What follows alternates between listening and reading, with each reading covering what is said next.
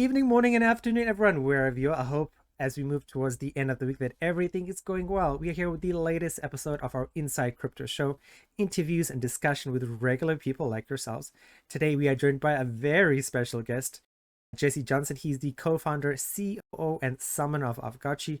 Many of you on Twitter know him by his handle at Gildencross, GLDNXCROSS. You've also heard me talk about Aavegotchi for the last 11 episodes, so you should all be very aware of how awesome this project is. I have to do the usual disclaimer before we start. Anything said by myself or Jesse does not constitute financial advice. Our opinions are our own and not to be connected with our employers or organizations. Please do your own research. Because it's just Jesse today, we can spend a little bit more time talking about his background, how he got into crypto, and Aavegotchi, of course. Jesse, welcome to the show. Thank you so much for doing this in the evening. I appreciate your time. Tell us about yourself. Thank you so much for the warm introduction and for having me on the program. My background, first of all, you were really good with my Twitter handle there. It's Golden Cross, and I like how you spelled it out because I dropped all the vowels thinking that was a cool thing to do. And actually, it's like really hard. People think my name is Ross because it's GLDN Ross. And I'm like, no, actually, my name's Jesse. But yeah, it's a play on words because of one of my previous projects. So maybe it's a good segue into kind of my background. I got started in the NFT space with Mintable, where I helped Zach Burks kicking off what he was building with Mintable.app, one of the first no-code solutions for minting NFTs. And along the way, we went into the Long Hash Accelerator program in Singapore, had a great experience there. And somewhere throughout that journey, I really dove deep into NFTs and their potential. And I got obsessed with the idea of how do we put more utility into these NFTs? I was even looking at things like B2B supply chain solutions, things like that, things that are very far removed from what is in the zeitgeist today. And one of the things I came across with was, what if we could take these stable coins that a company in Singapore was producing called Digix, and it was DGX. These are 1 token to 1 gram of gold. And as stable coins are boring, actually. Compared to everything else in crypto, they're like the most stable thing out there. What if you could jazz it up a bit? What if you could wrap these stable coins in a rare 1 of 1 or 5 of 5 collection of a 3D gold piece? And the smart contracts had these things linked together, the ERC20 and the 721 NFT. And so that's where we started with this Bullionix project.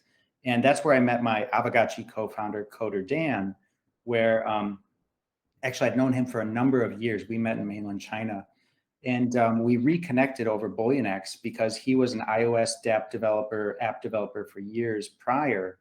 And I knew he could do great front-end work, and I knew he was dabbling in Solidity. So I said, maybe we can do something there. So between Zach's help on the smart contract side and then Coder Dan coming in, we had a nice little group there to build out the beginnings of Bullionix. And that was actually Ethereum's very first case where you had custom smart contracts that in order to mint the Bullionix NFT, you have to stake a certain amount of these DGX tokens into it. And so it was literally like recreating the melting of the gold process, like in a foundry. You're like, okay, you need 5 grams of gold, you stake it, we melt it down, we mold it into this rare piece of art that was typically designed by some really OG crypto artists, like really OG, maybe Coldy and some other really well-known crypto artists that we got to work with in the very early days when this is like 2019, early 2020, way before where we are now, like kind of Cambrian explosion. So that was everything I was doing with NFTs. Prior to that, I worked with crypto exchanges. I'd spent about 10 years in Southeast Asia, mostly mainland China, working with crypto exchanges and doing business development and coming to meet a lot of projects. And that's kind of my background. There was a turning point somewhere in that where I met some projects that were developing NFT projects. And I would meet them on the roadshow and they'd be like, yeah, I don't need to list my token on your exchange. And I was like, wait a minute, what? Everybody wants to list their token on our exchange. What is this NFT you speak of? And that was how I was in a position to learn about NFTs at a very early stage and be exposed to them.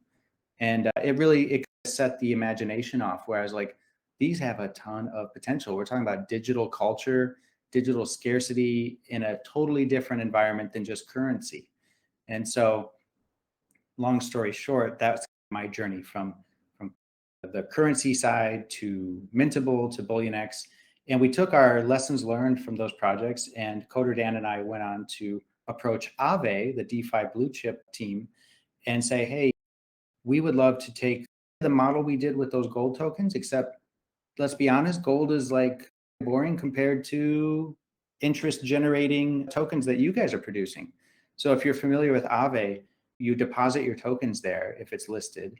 Let's say you have a bunch of link tokens and you deposit them into Aave.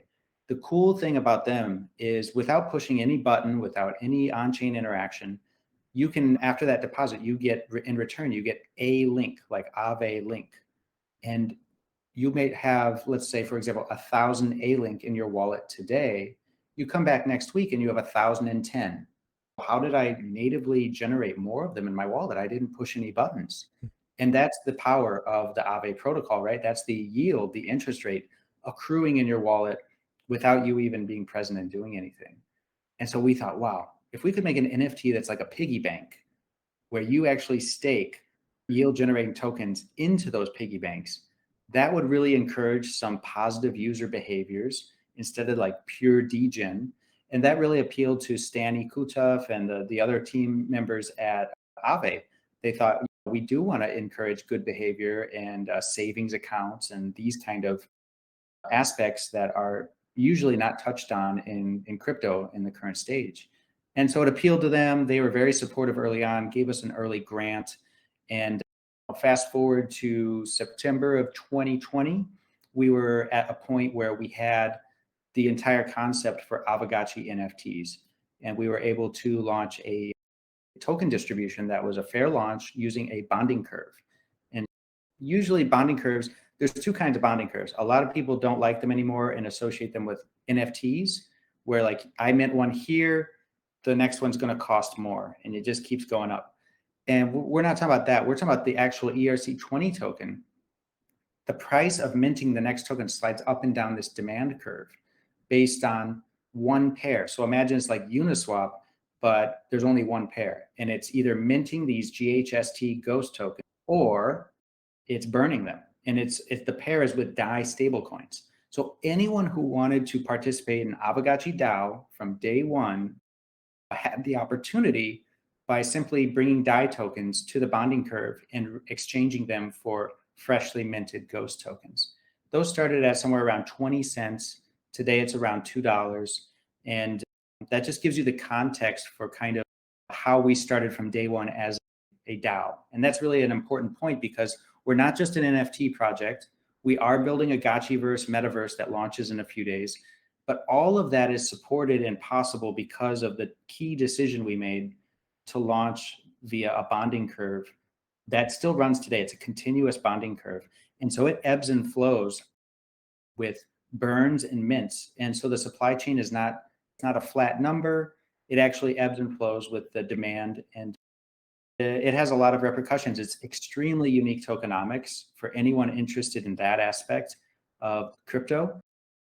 It's very healthy tokenomics where we don't see crazy spikes, but we also don't see crazy crashes. This is generally speaking, it softens the volatility because of this, the way the curve was designed. And that's our origins. That led to us being able to fund and start building out the actual Aavegotchi NFTs. The first Aavegotchis arrived on Polygon Network in March of 2021, 10,000 Aavegotchis. And the ultimate goal, the DAO does a lot of things, but the ultimate primary job of the DAO is to control the supply of Aavegotchis. So we're not another 10K PFP project, even though on the surface you may think. In fact, we have the belief that everybody should be able to play and interact with an Aavegotchi. Everybody should have an Aavegotchi. So digital scarcity of an NFT has always been boring to me. That's like the obvious first use case of an NFT. But you can see it with our work on Bullionix or with what we're doing with Aavegotchi. We want to go beyond that. And so the Aavegotchi DAO can actually vote to increase the supply and issue a new generation of Aavegotchis at any time. There's no breeding mechanism like CryptoKitties. It's actually the DAO saying, okay, market conditions are telling us we need a few more Aavegotchis out there. Let's do another mint. And to date, we've had 2 generations. We call them haunts because they're cute little ghosts. And so the first haunt had 10. The second haunt actually had 15K. And so, today that puts us at about 25, with a slight aside that we do have a burn mechanism for Aavegotchis. It's the opposite of breeding. This is one of those fun little things you learn as you dive into the project. If you sacrifice your Aavegotchi, it will be burned. And if there's any experience points that it's accrued at the point of burning, you can send those to another Aavegotchi. So you can supercharge your favorite Aavegotchi while burning your kind of weakest Aavegotchis. It's sad, but it is a deflationary model that is very interesting and has some interesting implications long-term for the Aavegotchi. Yeah, long story short, that's where we are now. We've got 2 haunts of Aavegotchis, and we are knocking on the door for a March 31st launch of the Gotchiverse, which is our answer to an open source, community-owned gaming virtual world. And would love to talk about that more today and dive into what's special about that. But that's where we are now, and I think it's probably the most exciting point we've been in with the community. There's so many highs, but this is like the realization of what we've been working towards for over a year and a half. Thanks for that awesome introduction. That sort of covers a whole bunch of stuff all together. I got a few questions. The first one is, when I was looking on your Twitter profile as well, I saw you mentioned Aavegotchi, of course, first, and then X second. So I assumed Bullion was like your new project, but Bullion actually came before Aavegotchi. That's right. That was well before. That was 2019, early 2020. Yeah, right now my entire energy and focus is on Aavegotchi as a protocol and Aavegotchi, the Gotchiverse, right? What we're doing with this game. We've hired over, I lost count. We're over 40 full-time employees now at Pixelcraft Studios. We founded Pixelcraft Studios to build out on top of the Aavegotchi protocol about a year and a half ago. And it grew from just me and Coder Dan to what is now 40 plus teammates. And a lot of them come from non-crypto background. We've got people that are, let's see here, ex-Capcom, former World of Warcraft, from the gaming side. Then we've got people that are not NFT background, but have been very serious, like they have proven track records in crypto. For example, the former CTO of CoinMarketCap, the pre-acquisition CoinMarketCap, though he took it from scratch and built their entire infrastructure to be what is really crypto's only top 100 global visited site. Like, how do you, when the market gets active, everybody's home hitting the refresh button, right? He's the guy that built all that so that it can scale. And he's brought along some of his team as well. So we're in a very good position where we wanted to build a metaverse that was special in the sense that it's not like Decentraland or CryptoVoxels, as much as I love those projects, like I was in those worlds. But to break it down like real simply, if you've ever gone to those virtual worlds, there's different instances. It's almost like you and me could meet in the same place, and I'm on the phone with you and I'm like, yeah, I'm in front of the big red gate. And you're like, yeah, me too, but I don't see you. And it's, yeah, that's because I'm on instance 1, you're on instance 5. It can only support maybe 100 or 500 people max on a certain instance. These are the challenges on the back end that all these virtual worlds are trying to overcome right now. And it's the non-crypto unspoken part that is actually very important. And so we're trying to make a browser-based, easily accessible virtual world that can support tens of thousands of players simultaneously on the same instance. And this was our kind of directive when we set out to build the Gotchiverse and bring in people like Mavis, who is the former CTO at CoinMarketCap. And these guys are absolute geniuses at what they do, and they took the challenge on. And when we launch on March 31st, we're going to be able to support 10,000 Aavegotchis simultaneously playing in one world together. It's going to be absolutely epic. And it's only going to scale more from there because the way they've built this infrastructure is they describe it as infinitely horizontal scaling. And I don't even really quite grasp what that means, but I know it's what we want.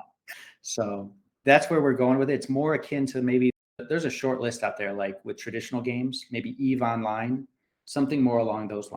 10,000 on an instance, that's impressive. People who played like Battlefield 2042 this year, and I think the most was 125 people per instance. There was another game that then they did 1,000 or 2,000, but 10,000 is impressive for an instance. So moving on as well, because we've got you just say so much. One of the Mhm. questions I got from our community as well was, they know, and you guys have this really cool pixel art aesthetic, Stardew Valley-esque, and you guys use that in your Medium documents as well. What was the decision, if you do know about this, to go with this sort of art style and this sort of neon-y, very cool?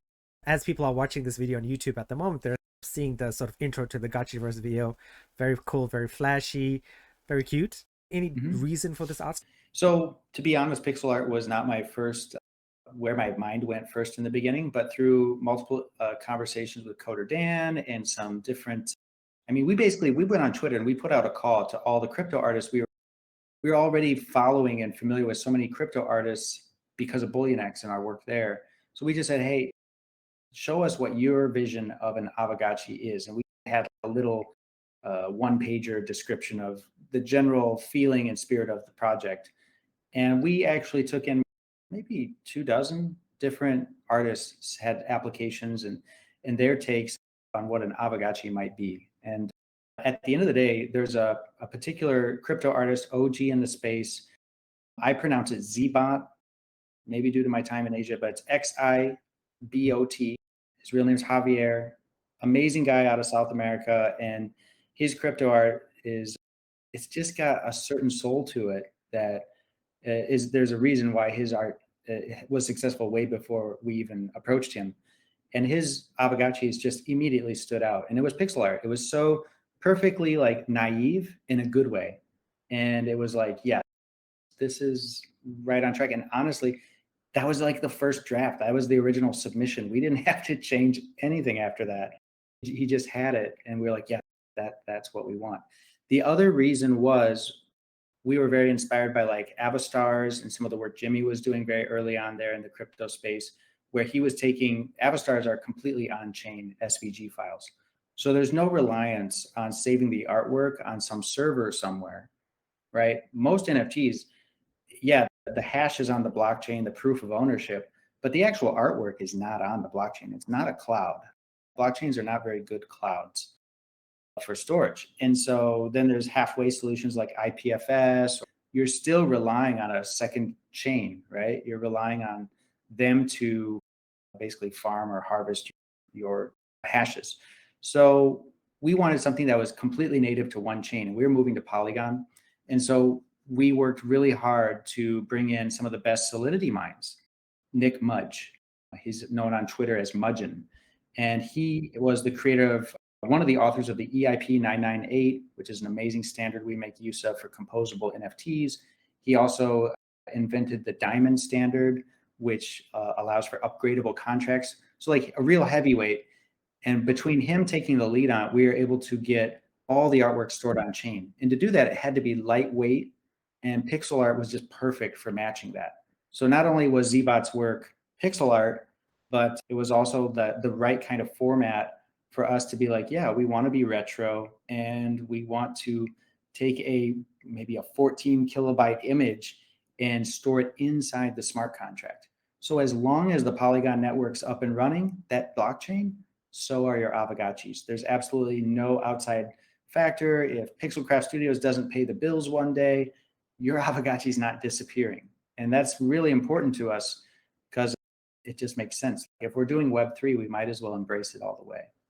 That's wonderful, and that's a concern that people have expressed. Of course, you've seen the media and stuff, people, mainstream American media as well, that when the servers go down, you don't have access to your NFTs anymore. And I love how you've explained Aavegotchis. Now, as I mentioned before, a lot of our community members they've been encouraging us, NFT games, NFT games. I'm like, finally, we've got you guys on, and I'm thrilled by it. Now, I've been covering Aavegotchi, and this is just entirely on my part, is I haven't quite understood, how do we get into it? Like, how do I start Aavegotchi? Because I remember last year, and I went to the website. I'm like, okay, I see this website. Where is there a button to start? Or how do I join the Aavegotchiverse? or the Gotchiverse, Right. which is launching next week? So there's two products here. So we could talk about Aavegotchi at aavegotchi.com, and then there's the Gotchiverse coming. So I guess first let's talk about Aavegotchi as it has been known and aavegotchi.com. You can go to aavegotchi.com. It's a very friendly retro website. It's inspired by the actual Tamagotchis we give a tip of the hat to with the name. You'll see little arrows on the side. That's like the old buttons you'd hit on the handheld. Yeah, the UI is also retro. It looks like maybe Windows 3.1 or whatever. Like you got these little icons everywhere. But honestly, it's not that bad. You just click the play button and you go into the NFT marketplace we have called the Bazaar. So one of the things about Aavegotchi is we are building our own language. So it is a bit intimidating. You're like, how do I know the Bazaar is the NFT marketplace? And for that, I just say, luckily, we supplement it with a lot of material on YouTube, on Reddit, on our Discord, of course, and our Twitter. So anyways, most people will go into the Bazaar and then they will just, it's a very cute, like retro version of OpenSea. And you just go in and you say, okay, I want an Aavegotchi. And most people like start with an entry level one. So you can filter by the floor. You just go with the lowest price. I think it's going up right now because people are excited about the Gotchiverse, but give or take, it's about 400, 500, 600 ghost tokens to get an Aavegotchi today. So that's about $1,000 floor. And so you'd get one, and then you have your dashboard with the play button where you can go and you can pet your Aavegotchi to raise its kinship score. This is our answer to building a better crypto pet, because I had crypto kitties back in the day and they're like always like collecting dust. And I was like, if this is a crypto pet, if that's a subgenre of NFTs, we got to make a better crypto pet. Like you should be able to pet it, frequently identify and talk to it. And so the kinship score is our answer to that. Proof of attention to your Aavegotchi. So our fans, they go there, they pet their Aavegotchi, they equip different wearables on it. These are also 1155 NFTs where you're able to change its clothes. And the cool thing is, as you equip them, it actually changes the base rarity score of your Aavegotchi. If you put a godlike rarity wizard hat on top of your Aavegotchi, you're going to be competing in our rarity farming. Yeah, you're going to be on the leaderboards and farming ghost tokens. That's like the onboarding there.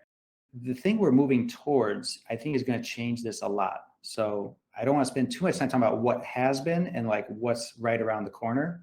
And that is two big things. With the Gotchiverse, it's play to earn. You're able to jump in, and basically there's 3 game modes. One game mode is like Pac-Man, but writ large. You're running around this giant world looking for Easter eggs, basically, no better metaphor. And those are the Alchemica tokens. And there's 4 different types, and they're all different ERC20 tokens. And you can take those and you can withdraw them to your wallet, and then you can use them to actually craft rare NFTs. And so that's really cool. But you're like, okay, how do I get in? I'm not going to pay $1,000 to play one game. I'm not going to pay $1,000 for an Aavegotchi just for that. And that's where we come out with Gotchi Lending, which is launching March 28th. And Gotchi Lending was us looking around the space at all the different solutions to share your NFTs. You should be able to share something you own. That's like half the fun of owning something, is to be able to share it. And NFTs have missed that part. So the closest and most successful case is probably the scholarships from Axie Infinity, right? Most people are familiar with the scholarship program, where a lot of the owners of the NFTs are able to go through a bureaucratic HR layer. They do like a background check on you, and if it all checks out, they'll loan their NFTs to you, and then you're able to go play and earn and keep some of the earnings for yourself and return some to the original owner. That's the scholarship model. What we didn't like about that is it's not very Web3, it's not very crypto, in that it's not trustless. It's not using smart contracts. And it's like, didn't we come here to build with smart contracts and push the limits of what's possible with Ethereum, or Polygon in this case? And so what we've done is we've come up with a program called Gotchi Lending, which is, again, built from scratch, brand new contracts that basically bring the sharing economy of Uber and Airbnb to NFTs. And in this case, it's specifically, initially, it's Aavegotchi NFTs. And so what this means is everyone listening to this program today that doesn't have an Aavegotchi will be able to go to Aavegotchi.com on March 28th, click on the Gotchi Lending icon, and they're going to see a list of Aavegotchis that are up for being rented or borrowed. And this is a P2P marketplace where people are able to set their terms. They can set how long they're willing to lend out their Aavegotchi, 1 hour or 1 week, doesn't matter. And then there's literally a pie chart, and they're able to say, okay, 10% comes back to me, 90% goes to the borrower. And that's the parameters that get baked into that smart contract, that particular trade, that exchange. And then somebody comes along, accepts the terms, they get the Gotchi, and then they can go play in the Gotchiverse and play to earn, oftentimes literally for free. The owner has an option to do no upfront cost, or they can put an upfront cost denominated in GHST ghost token, plus the pie chart split at the end of the term. Let's say I lent one to you for 2 days, and then you go and you play in the Gotchiverse over the next 2 days with that Aavegotchi, and you earn 1,000 FUD tokens and 20 KEK tokens. These are two of our popular tokens coming. And then it comes back at the conclusion of that duration. Either one of us can make a contract call, and I could claw back my Aavegotchi. So there's no risk of me losing my Aavegotchi. And at that moment, whenever that clawback happens, the smart contract will split the rewards and direct some towards your wallet and some towards my wallet. It's all predetermined, these parameters. And so it's going to be super, super powerful for anyone who's familiar with Polygon. If they have 0.1 Matic, they're going to be able to go to Aavegotchi.com next week and just hop in and borrow an Aavegotchi and start playing to earn right away. And so we're pretty excited about the potential for Gotchi Lending. And that's going to totally be different than what I was describing earlier with the old way. You got to go on the bazaar and spend $1,000 up front. So it's less about the collectors and more about the players. And I think that's how we get to where we really want to go, which is an NFT that does maintain scarcity and integrity in that regard, but is also like everybody can have one. And so I do think there will be more generations of Aavegotchis as demand increases, because we're going to need a lot to play this game. But at the same time, it's not going to undermine the early adopters and the earlier generations of Aavegotchis, because they're going to be lending them with a passive income. They're going to be rare because they're earlier generations. It's really like a win-win for everybody. And we've hopefully it shows we've spent a lot of time trying to figure out how we could think about the game theory and how we can make everybody aligned here in a way that will be beneficial for everyone who wants to play. So that'll be the new way, and it's right around the corner. Very cool. And I love that you differentiate between like Axie scholarships and what you guys are doing with Gotchi Lending. And I just literally talked about Gotchi Lending, today's Thursday my time, 2 days ago, on the last episode where I talked about Aavegotchi as well. So it's really cool to get everything explained very clearly. So you're launching the 28th. Do you know what time you're? Ooh, we actually haven't settled on an exact time. In Aavegotchi, whether it's Discord events or a lot of things, it's typically 10 p.m. Singapore time, 2 p.m. UTC, 10 a.m. Eastern time. That's our sweet spot where people are like most active. And we actually had a DAO vote, I think, at one point, or at least in the Discord with emojis, where they're like, yep, we like those time zones. So if I was a betting man, I would say it would probably be something similar to those times. Very cool. And like 0.1 Matic, oh, awesome. Very accessible as well. And 10 p.m. That's 10 p.m. Singapore time, 10 p.m. my time as well. So there'll be 10 a.m. Eastern time. Like you said, that is literally the sweet spot.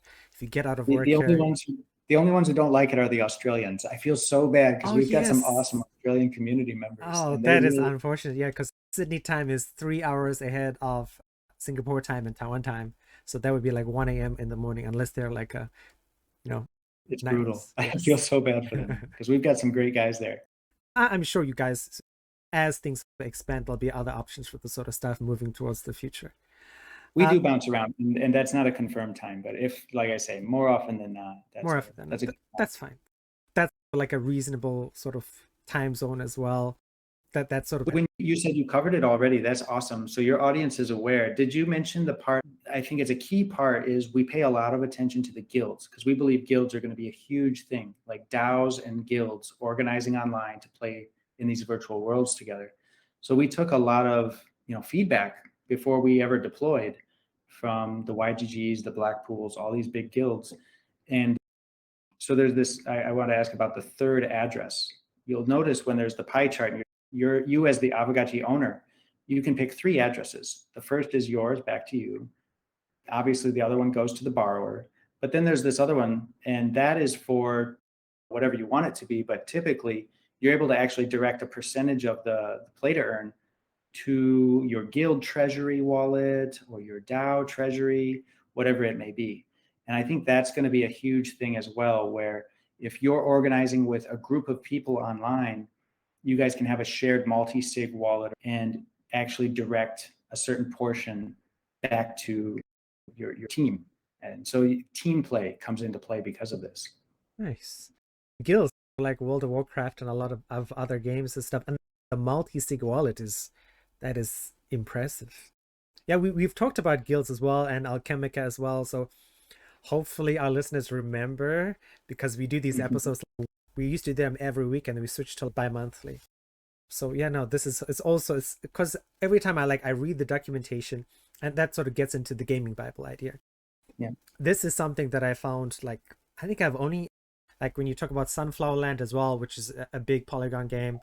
You talk about Axie, of course, everybody knows that. Splinterlands, I find a lot of gaming documentation is really very scattered, and you guys created the gaming Bible, and I was wondering what is the thought process behind that, and what could we expect for that? Because I last covered chapter 3, and that was really cool. Are you going to keep doing that? Absolutely, yeah. For anyone listening, what is he talking about? The Bible? It's the Gotchi Game Bible is at blog.aavegotchi.com, and we always publish them there, among other things. And yeah, that came out. Everybody associates crypto with a white paper or a light paper. And so there was a time where everybody's expecting a Gotchiverse white paper, separate from what was already happening with Aavegotchi. And we're in the other side of this, working with these 30, 40 people I referenced. And we're working with game developers that have 20, 30-year careers. And they're like, it doesn't really work that way. Like, we have design decisions to make, and then we get feedback. And then it came out where we were like, let's just scrap that. This thing's getting way too long and cumbersome. Let's take it bit by bit and publish chapters. And so chapter 1 can focus on something, and chapter 2 can be about tokenomics, and on we go. And that's also great because as an Aavegotchi DAO, we want everyone who's ever dreamed of being a game developer to actually be able to have a direct impact on the Gotchiverse to the extent that their ideas are good. So what we do is we put these chapters out, and Aavegotchi DAO is actually able to give us instant feedback through the Discord, through DAO.Aavegotchi, the forums, and we have to make changes, and then we resubmit it. And it eventually becomes canon, basically. That's the canon chapter 1. But there's already been instances, I think, with chapter 2 on the tokenomics, and probably again here with chapter 3, we'll make some adjustments based on the feedback from the community. And so that's the power of a DAO-built Web3 game. And it's my favorite part when they tell me I'm wrong. I'm like, you guys are right. So, I love that. No, it's fantastic. And we'll be dropping chapter 4 here right around, I won't give a date, but very soon. So yeah, we're going to keep going with it for sure. Nice. Because there's so much more to talk about. The traits for your wearables, right? This is it's like a layers on a cake. The first instance of the game is Pac-Man. We're calling it the Playdrop. It's a 30-day alpha period. It's a very simple game where you are running around socializing and picking up your very first Alchemica tokens. Because it's basically about, instead of doing an airdrop or a whitelisting project, you're literally just jumping in, and the more time you spend in the game, the more you're going to have a head start on anyone else. Because there's no pre-mint, there's no founder's allocation on these 4 new tokens. It's completely I have to jump in there with you, and we're going to be in there getting our Alchemica tokens. But the next layer of that cake is crafting. And then you use those tokens to craft these rare NFTs. And then after that, We've got channeling and the guild lodges where we get a lot more robust guild mechanics coming in, way beyond just Gotchi Lending.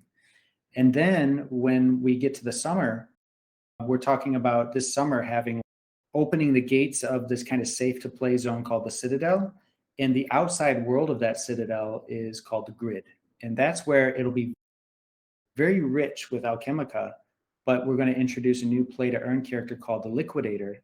And these are the arch nemesis of the Aavegotchis. And that's when the real RPG kind of melee battles start.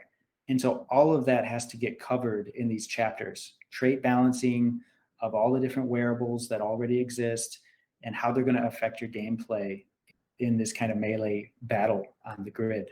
So there's a ton of stuff that just is on the horizon, and the DAO is going to have a hand in approving or improving all of it. That's awesome. And I think anyone who's follow you guys on Twitter, seen you guys across the various social media channels, and I've been, because as I've been like doing these sort of episodes and talking about Aavegotchi, I can see how things have come together from like again from someone on the outside looking in, seeing a very scattered picture, and as the gaming Bible has been coming out and explaining Alchemica, explaining guilds, explaining the Gotchiverse starting in 2022 and what's coming forward, and it comes into this very cohesive picture, and you're explaining what's coming on in the future and stuff. And I want to say something as well, like you're probably the most prepared guest we've ever had. How many months? Like 9 months, because you just like all the questions I want to ask, you just like answered everything. I don't even need to talk. It could just be Jesse explaining everything about the Aavegotchiverse, and I just sit back and like, sure, that works. No, I love the questions, and I hope you trip me up. I love those. Sometimes we do community calls, and that's where I get tripped up. They got very specific because there's community members. I tell you, they're on it more than even myself. Somehow, I'm like, how'd you think of that? It's great. Oh, very cool. Okay, this stuff, of course, is all on PC as well. You need a PC to sort of participate, and you've probably seen the news, of course. It's like Axie's going to launch, or maybe they've already launched, like just a game version. Do you see yourself launching an Aavegotchi just as a game version, not connected to crypto as well? Because it is fantastic art, gameplay mechanics and stuff. Do you see yourself going in that direction in the future, or just sticking strictly to crypto? Yeah, that's really, I hadn't heard about Axie doing that. So I have no comment on that.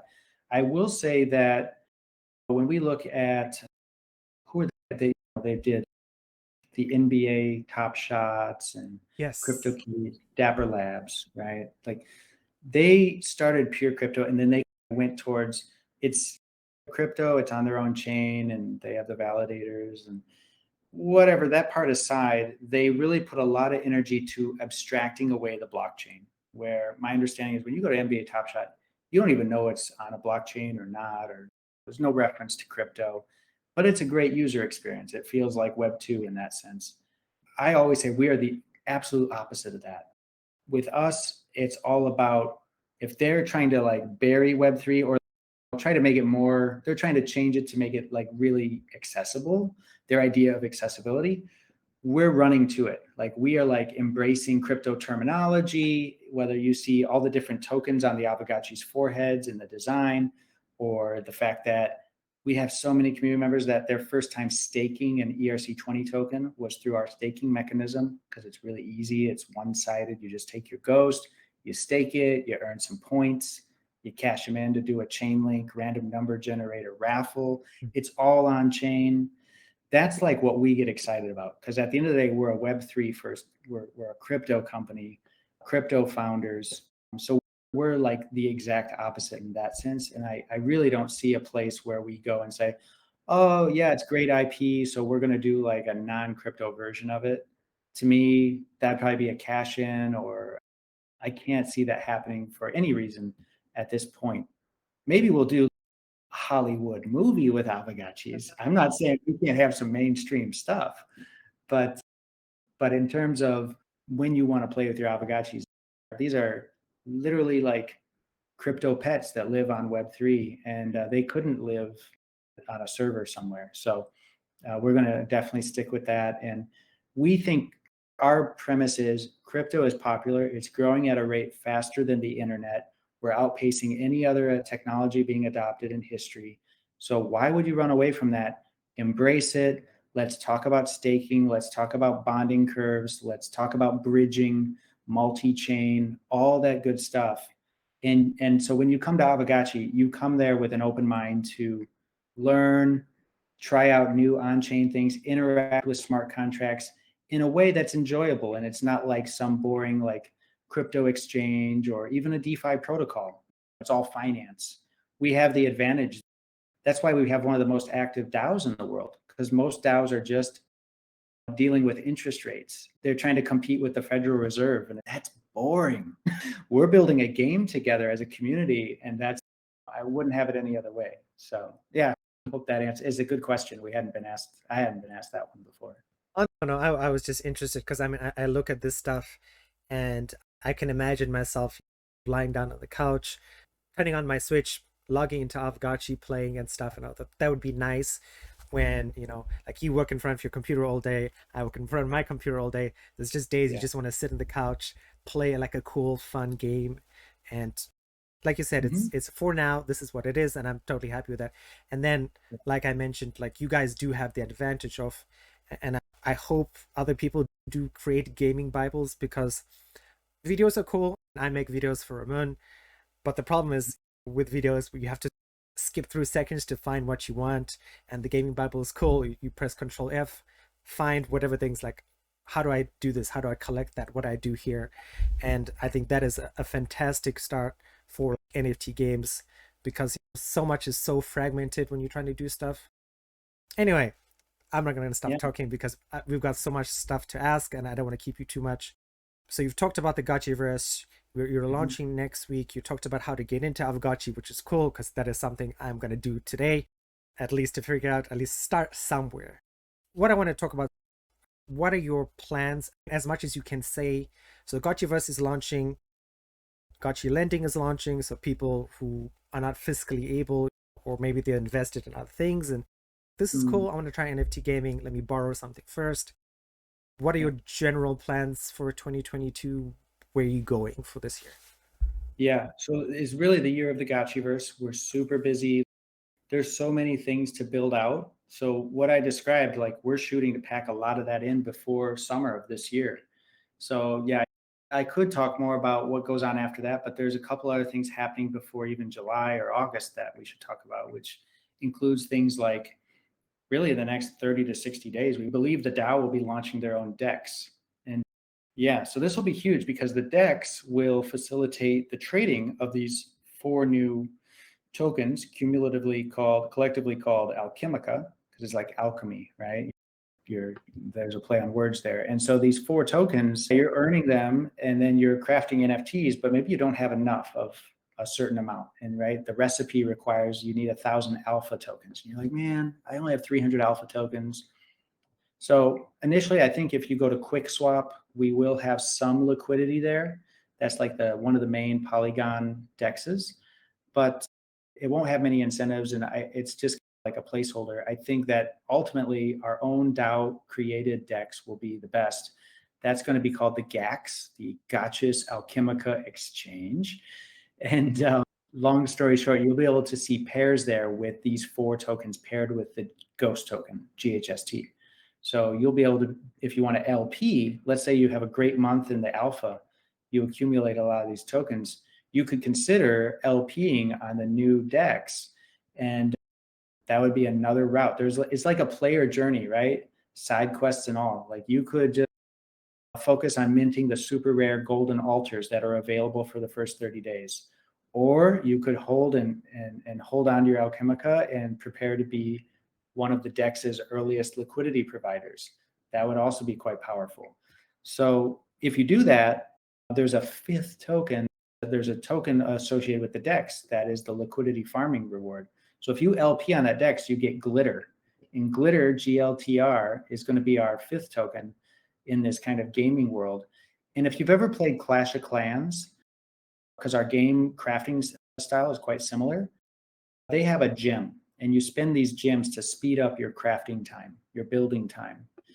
And you'll be able to actually do this on chain with the glitter token. So it'll actually, you spend a glitter token and it like eliminates a block is set equal to a certain amount of block times on the Polygon network. And so that's a really cool on-chain way to mirror some of the gameplay you might be familiar with on casual kind of building games like Clash of Clans.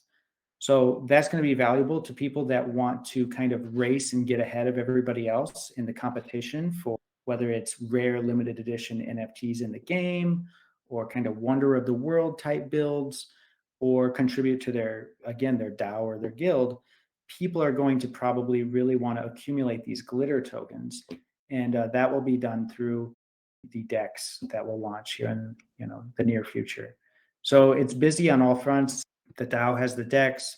We have 3 major game modes to unroll, starting with the simplest of the 3. Then we have the farming and the crafting. You will be crafting on day 1. I shouldn't say crafting is coming later, but initially you can only craft golden altars. And then down the road, you're going to be crafting walls to defend your land parcel. You're going to be crafting towers and farm equipment, all that good stuff.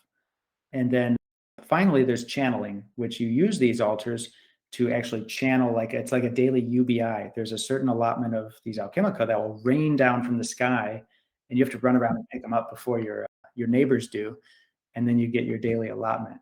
So if I see you going over to your parcel to pray at the altar, be careful. I might follow you over there, and then that's why you're going to wish you could build some walls.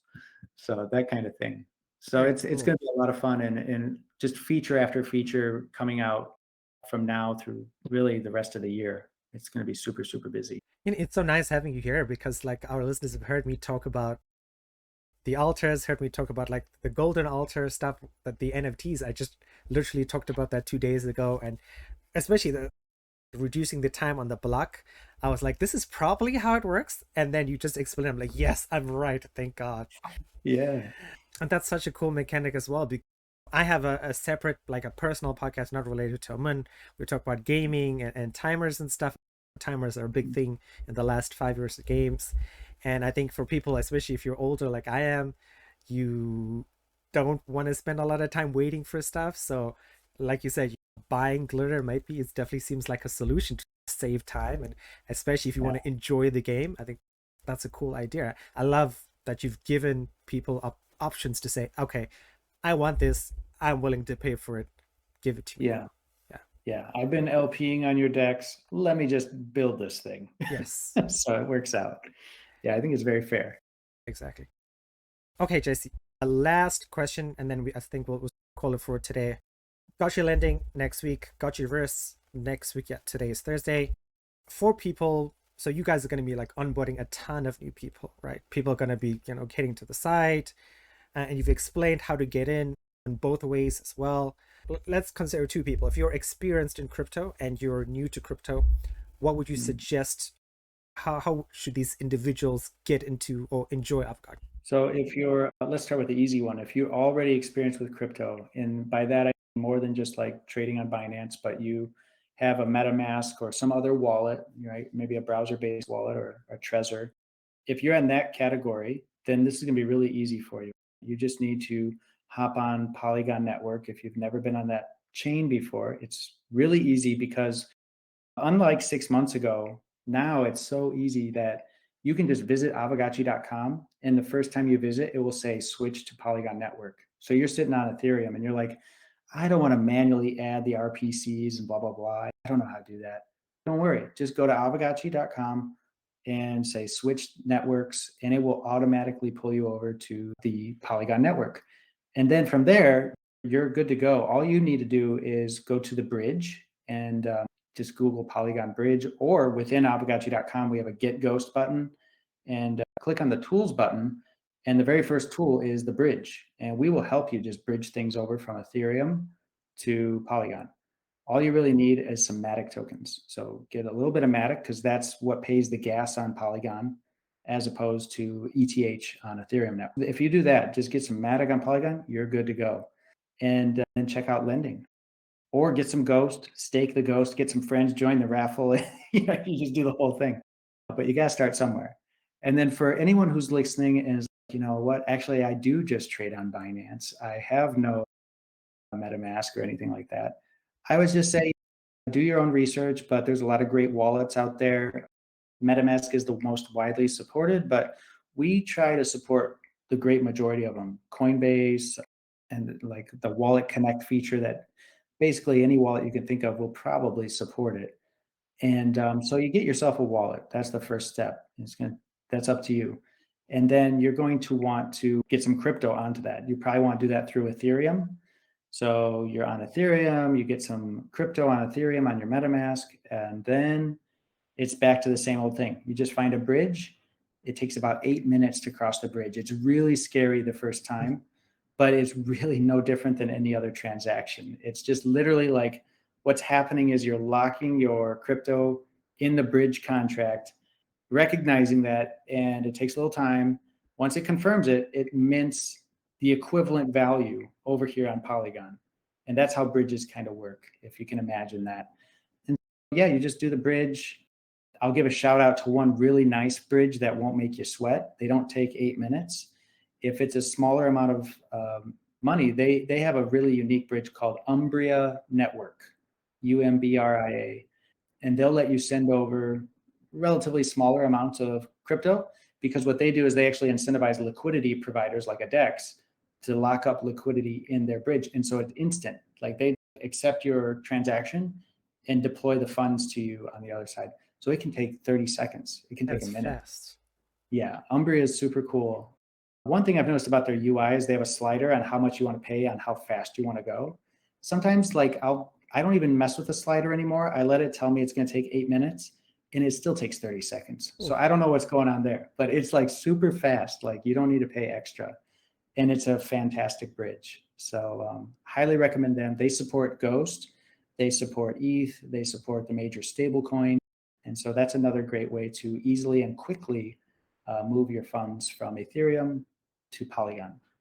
And like I say, once you're on Polygon and you got some funds there, you're off to the races. If you even have a 0.001 Matic, you'll have enough gas there to cover borrowing an Aavegotchi and hopping into the Gotchiverse on March 31. March 31, and everyone, me, listeners, whoever's watching this on YouTube, you should be good to go for Aavegotchi.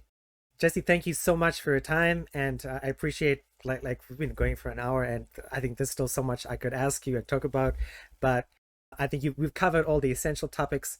Everyone, Gotchiverse launching next week. If you are any kind of gamer, non-crypto gamer, or even crypto gamers, you should definitely check this out. Hopefully we can get you on end of summer maybe, and we can talk and see how things are going, what else is happening towards the end of the year. Gotchiverse, player base, again, I could talk about all the possible topics for a while as well. Any final thoughts, notes you want to leave our listeners with? No, that's perfect. Again, if you're curious, also on Twitter, just check the hashtag, search for Playdrop. We've coined that term to separate ourselves and define what this next 30 days looks like, why it's special, why it's different from every other crypto game or NFT project for that matter that makes you get on a whitelist or wait for an airdrop. Just join us and play, and you can't lose. It's free to play to earn is what it is. Welcome to the Playdrop. And thanks for having me so much. And I hope next time we meet, late summer, whenever it may be, who knows, by that time, I have a feeling you might have your own guild and just be running it. Dude, I am so looking forward to this. After covering this since last year, and now I know like exactly this is how to get in. I'm just gonna convince the wife and say, hey, instead of doing something else in crypto this month, I'm gonna get myself an Aavegotchi. Even though whatever how to do it, I'm gonna get one no matter what. Start. That's so funny. I'll mention too, like same thing is internally we're joking now at Pixelcraft Studios, like we're famous, like we're always shipping, right? That's what we're known for. We just keep pushing feature updates on a weekly basis. And if those drop off after the first week of Gotchiverse, you know why. It's because like we're all busy playing to earn in the play drops. So hope it doesn't. I love the idea of play drop. I screen capped your Drake meme on your Twitter account, and I was talking about it 2 days on Tuesday as well when I did my last Aavegotchi episode. I'm like, dude, this is awesome, and the way you guys simplified it. I'm not going to talk about it again because I spent 5 minutes talking about it 2 days ago. But yeah, play drop, cool time. I hope that catches on. That would be so cool. Yeah, ultimately we hope it can be something that others want to be inspired by and maybe build similar type of mechanics. So I hope it catches on. Okay, guys, this is it. I'll have all the links down in the podcast show notes, time codes as well in the YouTube. So just click that sort of bottom arrow, and we will talk to you guys later.